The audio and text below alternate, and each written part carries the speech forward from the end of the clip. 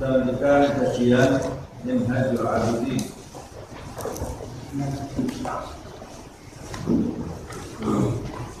Bismillahirrahmanirrahim. Alhamdulillahirabbil alamin. Allahumma shalli wa sallim ala sayyidina Muhammad wa ala ali sayyidina Muhammad. Nawaina ta'allum wa ta'lim wa tadhakkur wa tadhkir wa naf'a wal intifa' wal ifadah wal istifadah wal haq ala tamassuk bi kitabillah wa sunnati rasulih wa du'a ila huda wa salala ala khair ittiqa' wa billah wa mardati wa qurbi wa thawabi subhanahu wa ta'ala. Kita lanjutkan masih berkaitan dengan hal-hal yang bisa merusak hati. Istiqjal masih kurang sekarang yang keempat. Kita membahas yang ketiga, penyakit hati yang ketiga, yaitu al-istiqjal, tergesa-gesa, yang bisa timbul saat seorang hamba menginginkan kedudukan di sisi Allah Subhanahu wa ta'ala, lalu dia tergesa-gesa dalam mencapainya sehingga menjadikan setelah itu dia kelelahan karena dia melakukan sesuatu yang belum pantas dia lakukan. Dia kelelahan lalu menjadi putus asa dan terharamkan dari kedudukan itu. Kemudian tergesa-gesa itu, kata Imam Ghazali, juga bisa singgah di dalam diri seseorang saat dia berdoa kepada Allah Subhanahu wa ta'ala, memiliki hajat, memohon kepada Allah Subhanahu wa ta'ala, memperbanyak dosanya, memperbanyak doanya dan bersungguh-sungguh dalam berdoa, namun dia tergesa-gesa dalam menanti ijabah doa tersebut, sehingga dia mengharapkan doanya diijabahi oleh Allah Subhanahu wa ta'ala sebelum waktu yang ditentukan oleh Allah Subhanahu wa ta'ala, lalu menjadikan dia itu karena tidak mendapati apa yang dia inginkan, belum waktunya dikabulkan oleh Allah, tapi dia tergesa-gesa, akhirnya menjadikan dia itu menjadi lemah, bosan, dan ujung-ujungnya meninggalkan doa dan terharapkan dari hajat yang dia inginkan. Ini madharat dari ketergesa-gesaan itu. Kemudian yang terakhir kita bahas di pertemuan yang lalu, yang ketiga adalah ketika sifat tergesa-gesa itu singgah di dalam diri seseorang atau tabiat itu telah ada di dalam diri seseorang dan tidak pernah ditekan, akan muncul madharat dari tergesa-gesa itu saat orang tersebut marah ketika dizalimi oleh seseorang. Dia marah karena punya sifat tergesa-gesa, bayu ajil doa alaih bayanglah muslimun bisa babik, kata Imam Ghazali, mengakibatkan dia tergesa-gesa berdoa keburukan untuk seseorang yang menggolimi dirinya, akhirnya menyebabkan kebinasaan pada orang lain karena sifat tergesa-gesanya itu, dan boleh jadi mengakibatkan dia membalas perbuatan zalim itu melampaui batas, sehingga berubah, tadinya dia dizalimi berubah menjadi menzalimi, akhirnya dia jatuh pada perbuatan maksiat dan kebinasaan. Wa yad'ul insanu bisyarri du'a'ahu bil khairi. Allah Subhanahu wa ta'ala berfirman, sesungguhnya manusia, maksudnya sebagian manusia itu memohon keburukan pada doanya seperti dia memohon kebaikan pada doanya. Jadi sebagian manusia berdoa memohon kebaikan kepada Allah, dan di lain waktu dia berdoa memohon keburukan kepada Allah Subhanahu wa ta'ala bagi orang lain. Wa kana al-insanu ajula. Allah menjelaskan sebabnya manusia itu memiliki tabiat tergesa-gesa. Makanya tergesa-gesa ini harus ditekan. Kemudian yang Dampak yang terakhir dari tergesa-gesa ini, ar-rabi'ah, anna aslal ibadati wa malakaha al-wara'u. Sesungguhnya pokok ibadah dan malakaha, kekuatan ibadah itu adalah sifat wara'. Pokok dan kekuatan ibadah adalah sifat wara'.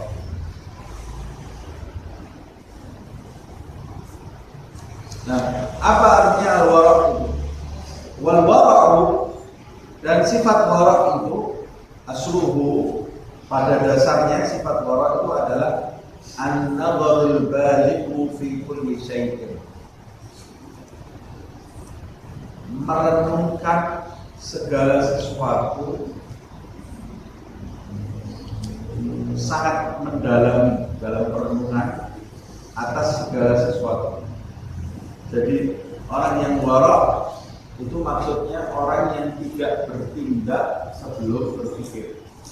Berpikir yang sangat dalam, itu sifat wara'. Dan wara' itu juga dimaknai wal bahtsu tammu min kulli syai'in huwa bisadari. Wara' itu adalah menyelidiki, penyelidikan yang sempurna, penelitian yang sempurna terhadap segala sesuatu yang memang itu sangat diperlukan. Jadi yang diperlukan untuk dirinya, maksudnya yang dia mampu melakukan penelitiannya, meneliti segala sesuatu, apa saja yang perlu diteliti. Min aklin, makanan. Jadi tidak sembarang makan yang ada di depannya. Orang yang punya sifat wara', kalau ada makanan di depannya, dia pasti akan meneliti, mencari, merenungi, ini makanan ini bagaimana. Wa syurbin, minuman.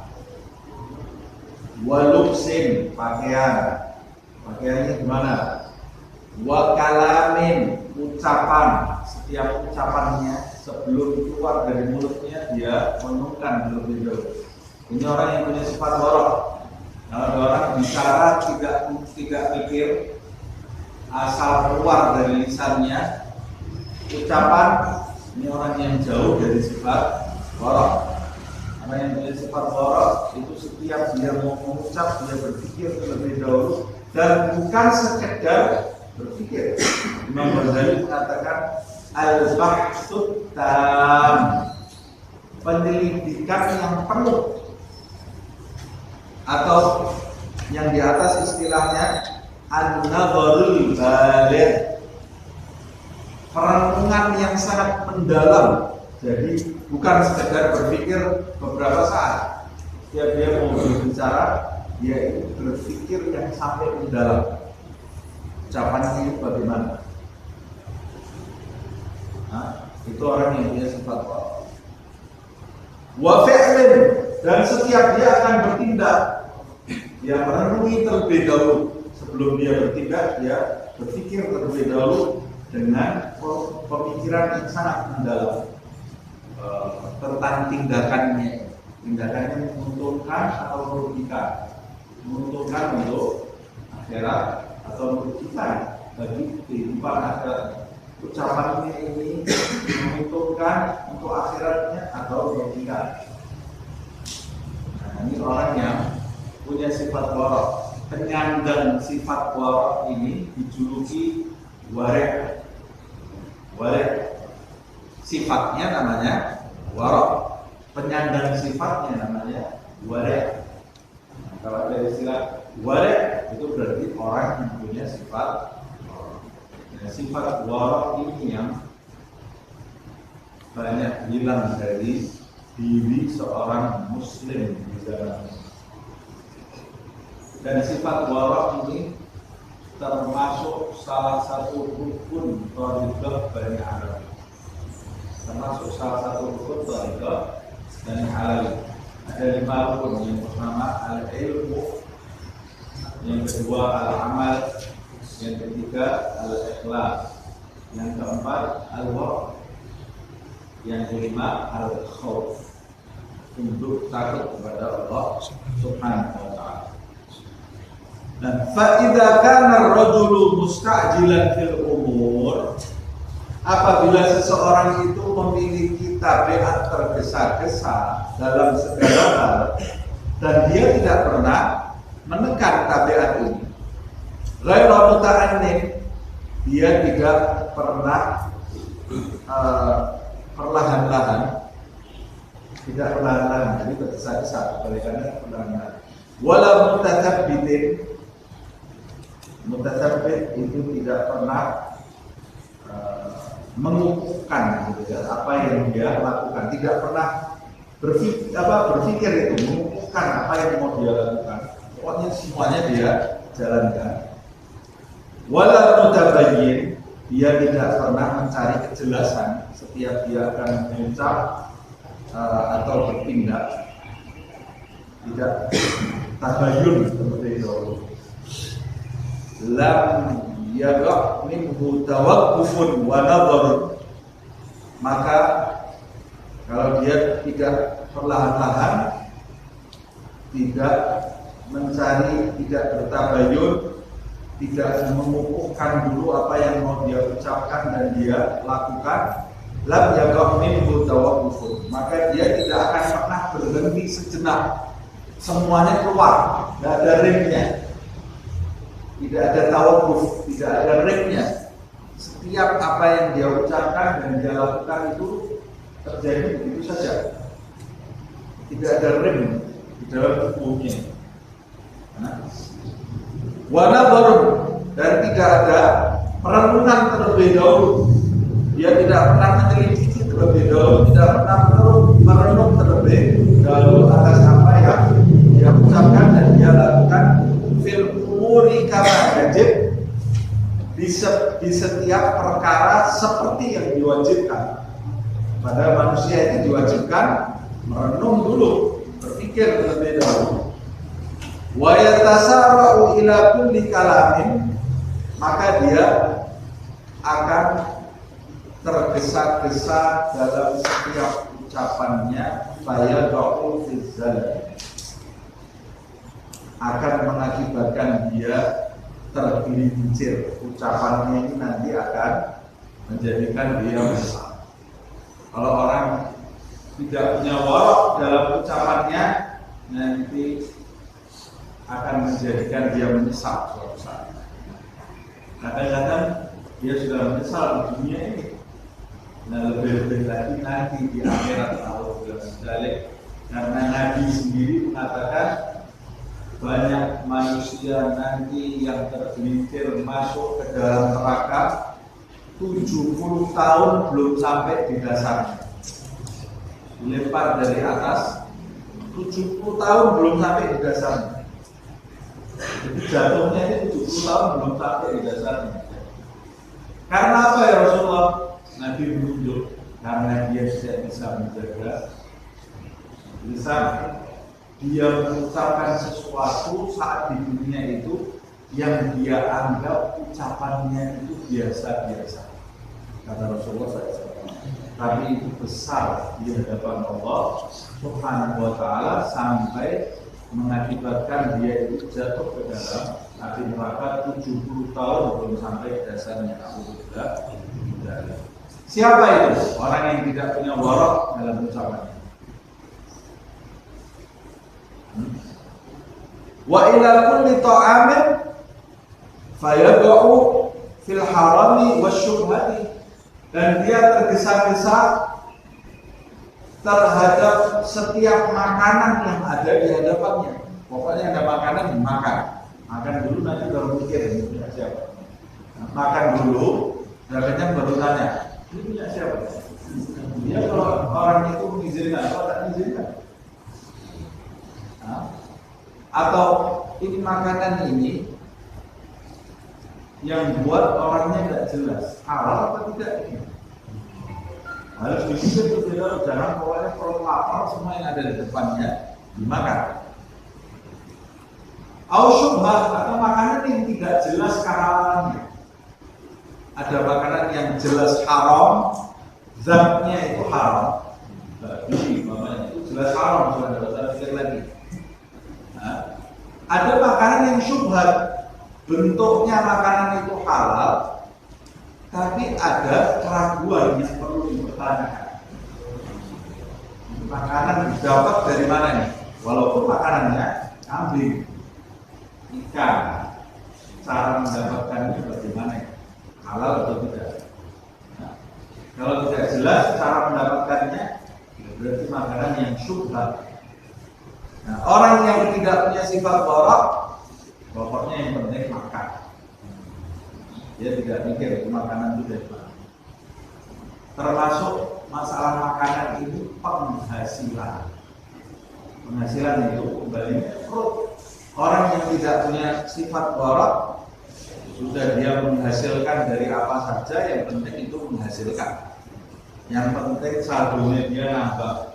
Dia tidak pikir cara menambah saldonya itu bagaimana, dengan cara yang diridhoi Allah atau dengan cara yang dimurkai oleh Allah Subhanahu wa taala. Orang yang tidak punya sifat borok, yang penting saldonya nambah. Ini bahaya ya. Itu termasuk ketergesa-gesaan. Tidak berpikir begitu. Wa kadzalika fi kulli amrin, dan begitulah orang yang tergesa-gesa di setiap segala perkara di hidupnya. Dia tidak pernah merenung terlebih dahulu sehingga fayafutuhu al-wara'u, sehingga lewat, terlepas darinya sifat wara'. Orang yang tidak menekan sifat tergesa-gesa di dalam dirinya, maka dia akan kehilangan sifat al-wara'. Berarti orang jika ingin menyandang sifat al-wara', maka dia harus menghilangkan ketergesa-gesaan terlebih dahulu di dalam dirinya. Wa ayyu khairin fi ibadatin bila wara'in. Apa kebaikan yang didapat dalam ibadah yang kosong dari sifat wara'? Apa yang didapat oleh ahli ibadah, orang yang dia ibadah, sholat, ngaji, sholawat, zikir, majelis taklim, semua dia lakukan itu. Sholat sunnahnya bertumpuk-tumpuk, puasa Senin Kemis, tapi dia tidak punya sifat borok. Kata Imam Ghazali, lalu apa yang didapat oleh ahli ibadah? Kenapa dikatakan apa kebaikan yang didapat? Padahal dia sholatnya luar biasa.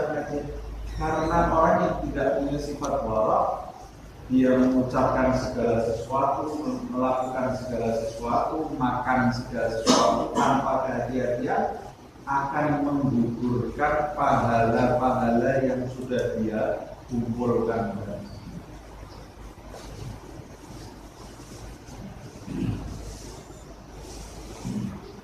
Orang yang tidak bisa menjaga lisannya, amal baiknya lenyap. Bisa ribuan amal baik lenyap karena ucapan yang tidak terjaga.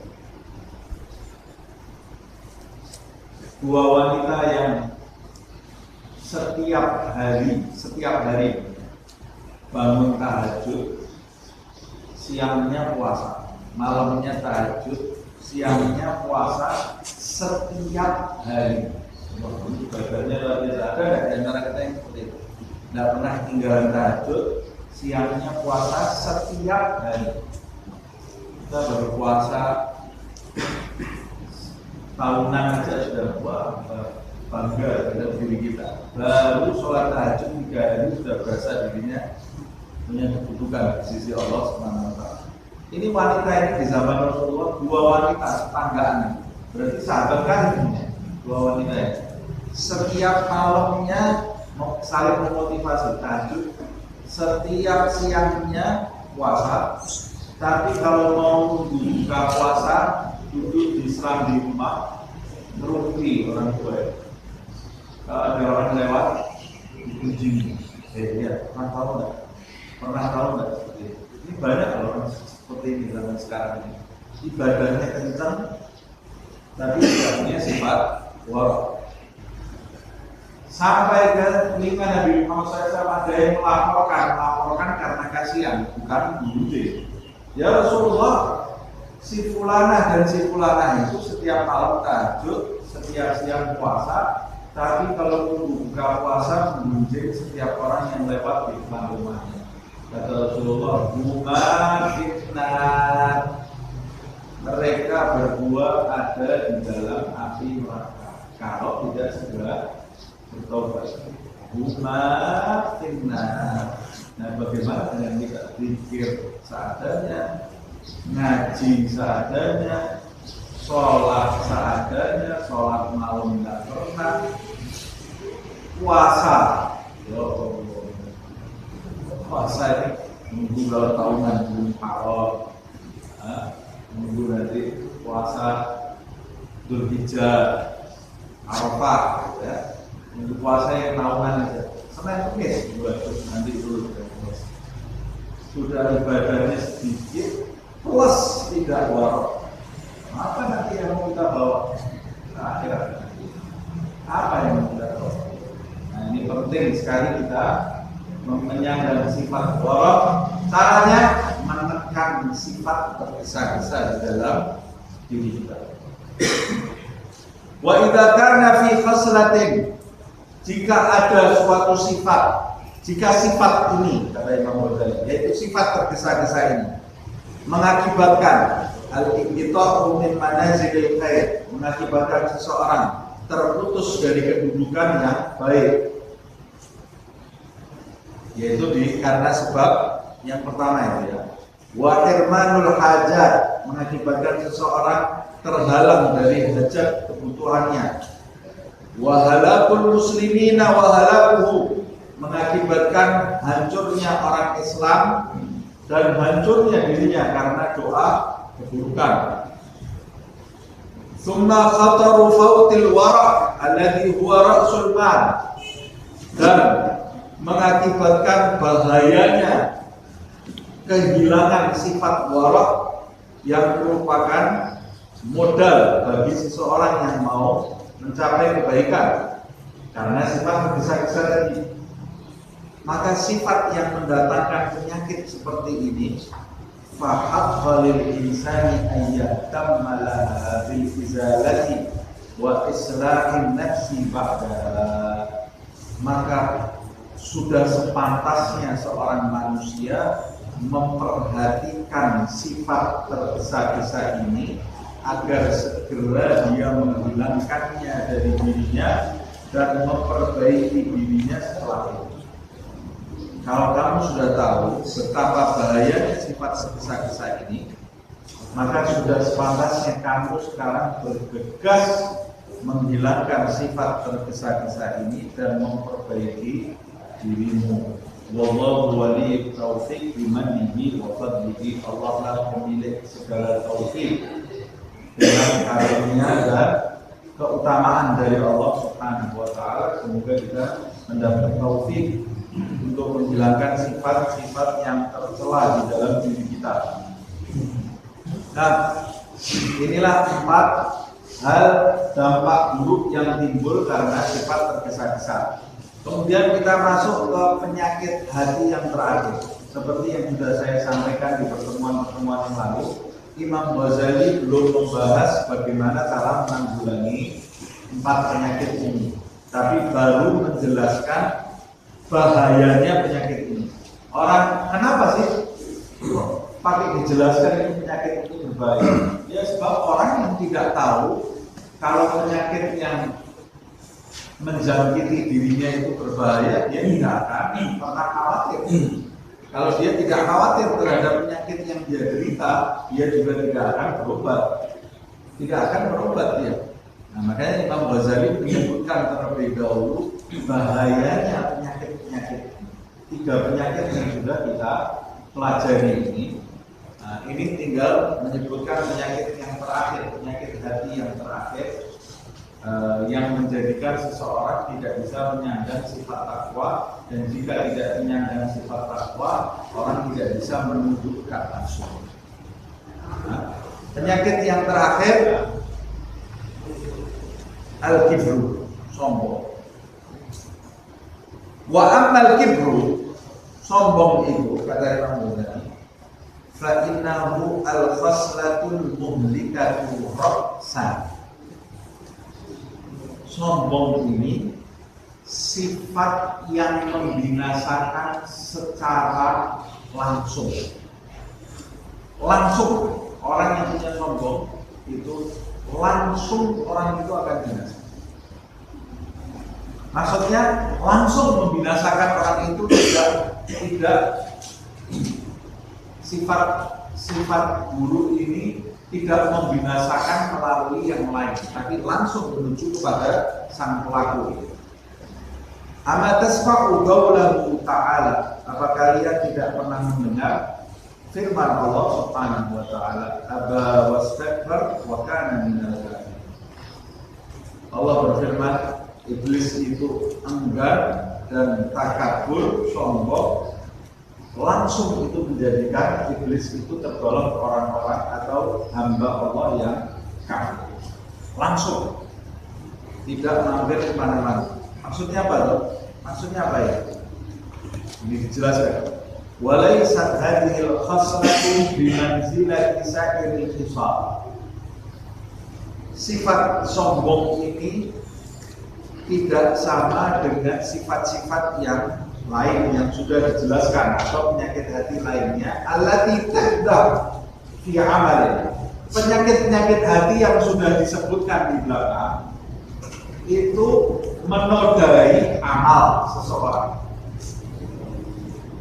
hingga di amal perbuatan seseorang sehingga menjadikan amal perbuatan itu gagal, lalu menjadikan orang itu terhalang dari kebaikan.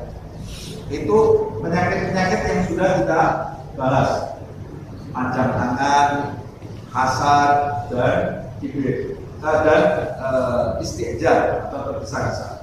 Tapi kalau sifat kibir ini wa tadurru bi farq, kalau yang lain itu membahayakan tapi melalui cabang-cabang, tidak secara langsung. Kalau sifat kibir ini innama tadurru bil asli. Sifat sombong ini memang dia itu tadurru bil asal, membahayakan hal yang pokok pada manusia secara langsung, tidak melalui cabang, tidak melalui perbuatan manusia, tapi membahayakan hal yang paling pokok secara langsung pada diri manusia. Wa taqdah fid din wal i'tiqad, menodai agama seseorang dan keyakinannya. Sifat sombong ini hingga di keyakinan seseorang, jadi langsung menjadikan orang itu binasa. Siapa yang sombong langsung bisa kafir. Aba wastakbar wa kana minal kafirin. Tapi kalau penyakit yang lain hingga di amal-amal perbuatan. Kalau sombong hingga di akidah, hingga pada akidah seseorang. Wa idza huya wa ghalabat, kalau sifat sombong seseorang itu menjadi semakin kuat di dalam diri seseorang dan mendominasi jiwa seseorang, sifat sombong kalau semakin kuat dan semakin mendominasi diri seseorang, la tutadaraku, maka orang itu tidak bisa ditolong, tidak bisa tertolong, tidak tertolong lagi orang itu. Waliyadu billahi subhanah, semoga Allah yang maha suci melindungi kita dari sifat sombong. Ya Allah, ini berbahaya sekali sifat sombong itu. Apa sih sifat sombong itu? Sifat sombong itu ketika terlintas di dalam diri kita, sifat sombong itu harus punya lawan, ya. Ketika terlintas di dalam diri kita, ana khairun minkum, aku lebih baik dari dia. Kalau terlintas di dalam diri kita, aku lebih baik dari dia, lebih baik apanya? Apapun. Aku lebih kaya, aku lebih pintar, aku lebih ganteng, aku lebih pangkatku lebih tinggi. Ini orang muda. Aku darah biru. Aneh darah biru kan? Aku darah biru. Mulai darahnya biasa merah. Aku darah biru. Wah, orang yang seperti ini merasa dirinya lebih baik, seperti ucapan iblis. Iblis itu merasa berdarah biru. Ana khairun khalaqtani min narin wa khalaqtahu min tin. Merasa dirinya bangsawan. Adam ini apa? Aku diciptakan dari api, Adam cuma dari tanah. Saya itu kok sombong itu. Tapi disertai unsur meremehkan. Merasa diri lebih baik disertai unsur meremehkan orang lain. Itu namanya sombong. Kalau tidak ada unsur meremehkan, tidak sombong. Umpamanya saya merasa diri saya ini lebih baik soal ilmu nahu. Saya ini merasa diri saya paling paham ilmu nahu di sekitar saya, umpamanya. Tapi saya tidak meremehkan orang lain. Saya memang kenyataannya saya paling paham. Jadi kalau umpamanya saya diminta tolong sama orang-orang di sekitar saya, tolong ajarkan ilmu nahu, ilmu grammar, bahasa Arab. Saya tidak bisa kan kemudian kata, oh enggak, saya tidak mau ngomong. Saya paling dulu. Loh, kenyataannya kamu ini yang paling memahami ilmu nahu, jadi sah-sah saja. Kecuali kalau kamu, saya ini paling paham ilmu nahu ini, di sini dulu semuanya, tidak ada yang paham ini orang-orang ini. Nah, ini kalau disertai unsur meremehkan, nah itu baru itu yang namanya sombong. Thumma adallu ma yahiju minha ala sahibiha arba'u afat.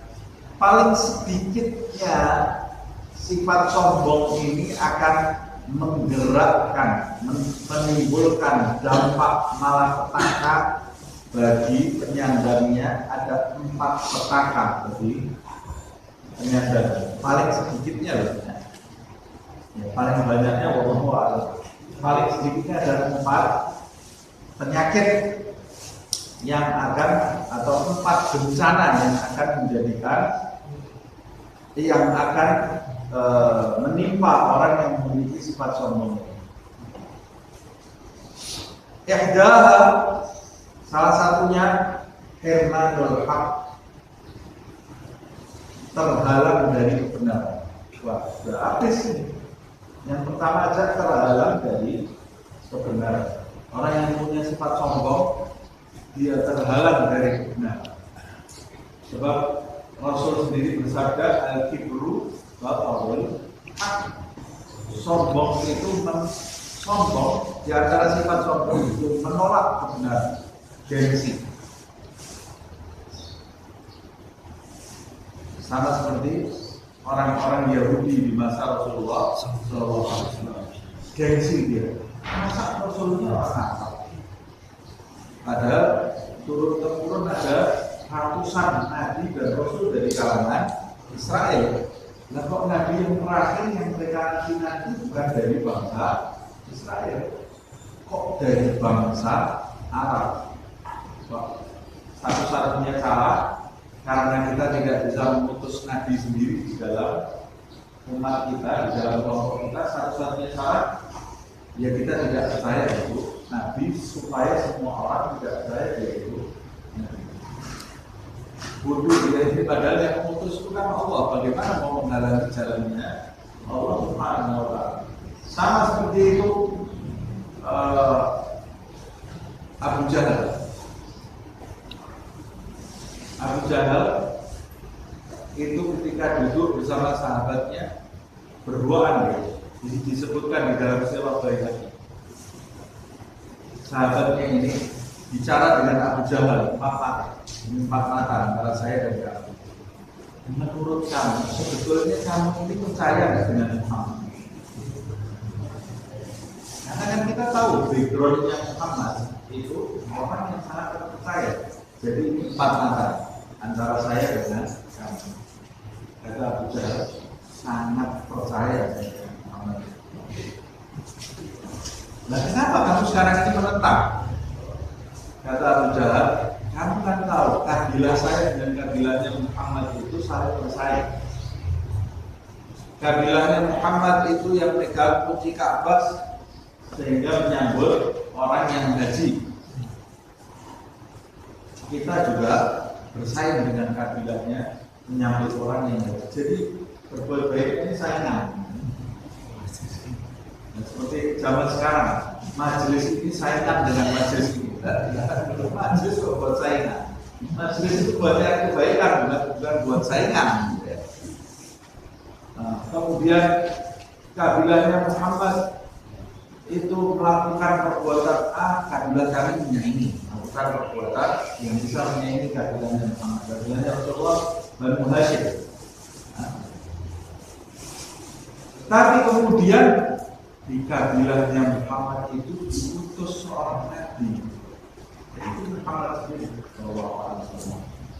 Terus bagaimana kami mengutus nabi? Kami tidak bisa mengutus nabi.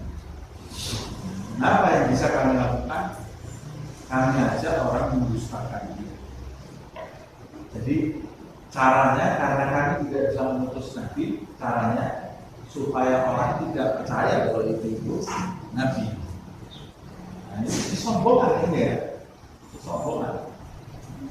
Makanya di dalam riwayat juga disebutkan mereka pemimpin-pemimpin Quraisy yang mendustakan Nabi Muhammad SAW itu kalau malam mereka jalan gelap, tidak ada lampu seperti sekarang, jalan ke rumahnya Nabi Muhammad SAW mendengarkan bacaan Al-Qurannya Rasulullah.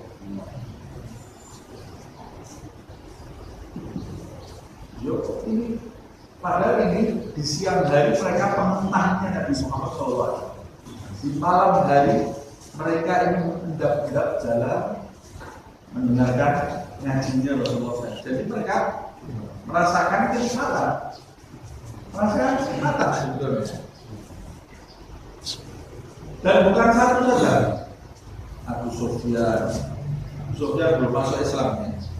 Abu Jahal, beberapa orang kafir yang lain. Karena gelap, malam hari tidak ada lampu, tidak ada yang saling ketahui. 4 orang ini mendengarkan ngajinya Rasulullah. Sampai pagi mereka tidak berasa merasakan kenikmatan. Begitu pagi hari, fajar menyingsing, mulai terang, mulai terlihat. Loh, kamu di sini? Kamu juga di sini? Kamu di sini juga? Nah, gimana ya? Diam, jangan sampai bocor. Ini kalau bocor bahaya. Jadi kita pelan-pelan. Dan ini terakhir.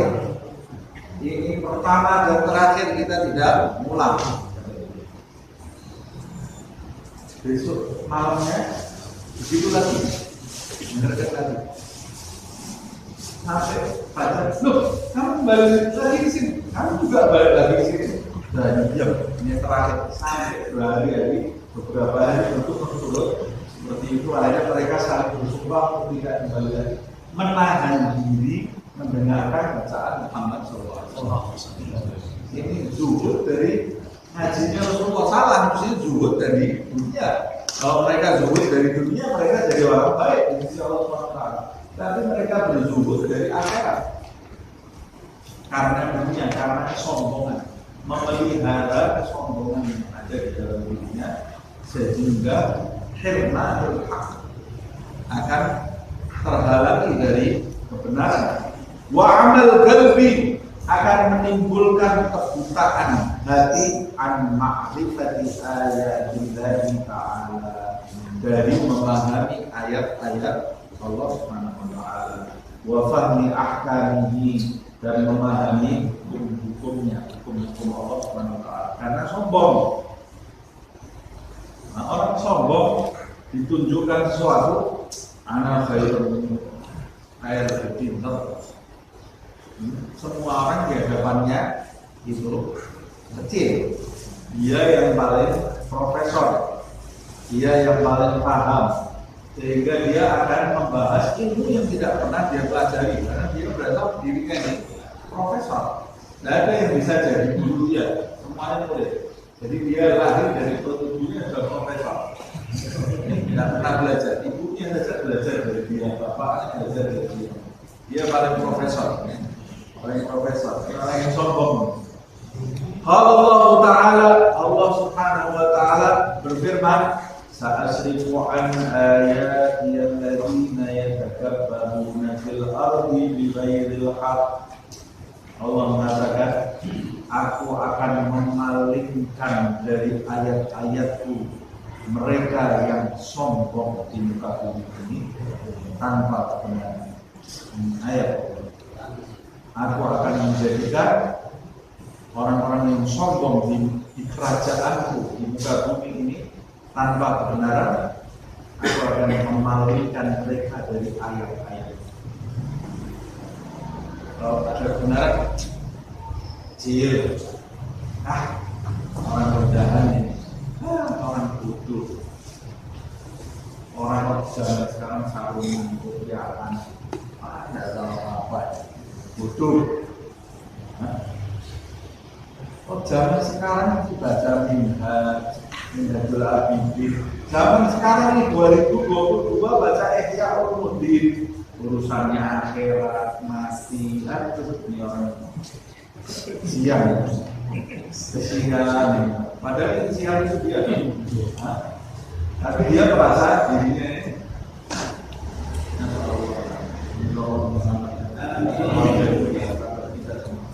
Alhamdulillah dzalik.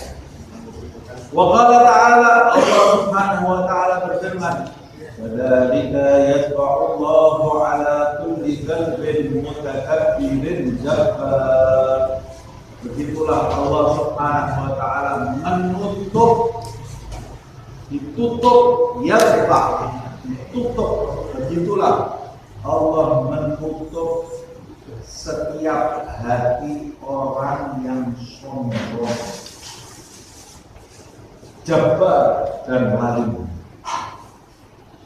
Siapa orang yang sombong dan lalim ditutup. Tabak itu bisa berarti menutup, sama seperti khatam. Tabak, khatam Allah ala qulubi. Tabak Allah, yatba Allah. Nah, ini salah satu penyakit, salah satu dampak buruk yang timbul bagi seseorang yang memiliki sifat sombong. Yang kedua, yang terakhir, bagi penutup, At-taniyah al-maqtu wal-bughdu minallah ta'ala. Orang yang sombong, jika tidak segera menghilangkan kesombongan dari dalam dirinya, dia akan mendapatkan murka dan marahnya Allah Subhanahu wa ta'ala. Al-maqtu al-la'nah, laknat, murka dan amarah dari Allah Subhanahu wa ta'ala. Kalau Allah Azza wa Jalla, Allah Subhanahu wa ta'ala berfirman, "Innahu la yuhibbul mustakbirin." Sesungguhnya dia, Allah Subhanahu wa ta'ala, tidak mencintai orang-orang yang sombong. Kalau tidak mencintai berarti benci. Kalau membenci itu berarti orang yang dimurkai, marah oleh Allah Subhanahu wa ta'ala. Bukan orangnya yang tidak disukai, tapi karena orang itu menyandang sifat sombong. Waruya anna Musa alaihi salatu wassalam qala, Musa alaihi salam pernah bertanya kepada Allah Subhanahu wa ta'ala, "Ya Rabbi, wahai Tuhanku." Nah, Nabi Musa ini kalimullah, bisa dialog langsung. Ya Rabbi, man abghadhu khalqika ilaika. Siapakah makhluk yang paling kau benci di sisimu? Na'udzubillah min dzalik. Allah Subhanahu wa taala menjawab, man takabbar qalbuh, orang yang makhluk yang hatinya sombong, wa ghaludha lisanuh, yang lisannya tajam menyakiti orang, wa safata 'ainah, raddaha wa mamataha min anwa'il khairat, orang yang menutup matanya dari kebaikan, wa baqulat yaduh, dan orang yang tangannya kikir, pelit, wa sa'a khuluquh, dan orang yang akhlaknya buruk. Ini orang yang paling dibenci oleh Allah Subhanahu wa taala. Ada berapa ya?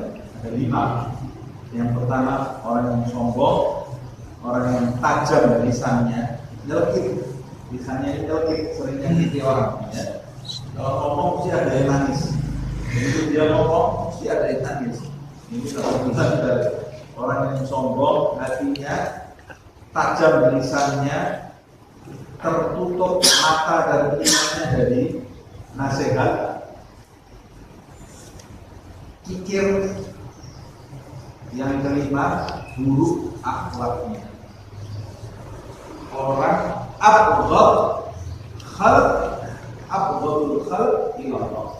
Ini makhluk yang paling dibenci oleh Allah. Alhamdulillah.